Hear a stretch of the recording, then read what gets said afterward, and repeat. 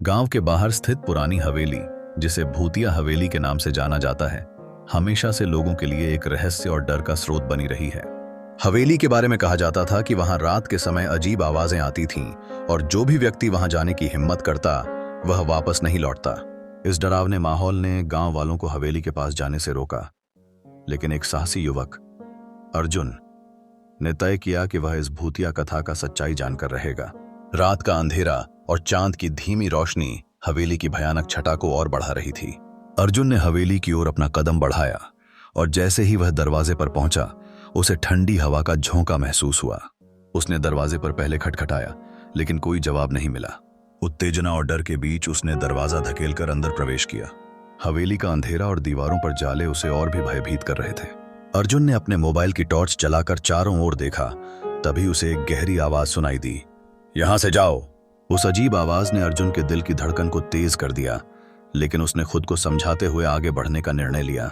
जैसे ही वह हवेली के अंदर बढ़ा, उसे एक पुरानी तस्वीर मिली। तस्वीर में एक खूबसूरत महिला थी, लेकिन उसकी आंखें एक अजीब तरीके से उसे घूर रही थीं। अचानक तस्वीर से एक साया बाहर आया और वह महिला अब अर्जुन के सामने खड़ी थी। उसकी आंखें लाल थीं और उसके चेहरे पर एक डरावनी मुस्कान थी। महिला ने पूछा, तुम यहां क्यों आए? अर्जुन ने कांपते हुए कहा, मैं सच्चाई जानना चाहता था। फिर महिला ने हंसते हुए कहा, सच्चाई? तुम यहां से कभी नहीं जा पाओगे। अर्जुन की खड़ी हुई धड़कनें उसके मस्तिष्क में गूंजने लगीं और उसने भागने की कोशिश की, लेकिन दरवाजे बंद हो चुके थे। उसने मदद के लिए चिल्लाया, लेकिन उसकी आवाज हवेली की दीवारों में खो गई। तभी उसे एहसास हुआ कि वह अकेला नहीं था। चारों ओर से अंधेरे साए उसकी ओर बढ़ रहे थे। अर्जुन ने अपनी आंखें बंद कर लीं और अंत में प्रार्थना करने लगा।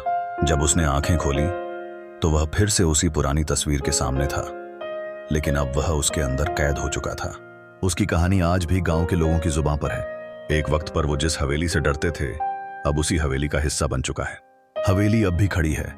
रात में वहां से अजीब आवाजें सुनाई देती हैं और अर्जुन की कहानी उन सायों के एंथम में गूंजती रहती है।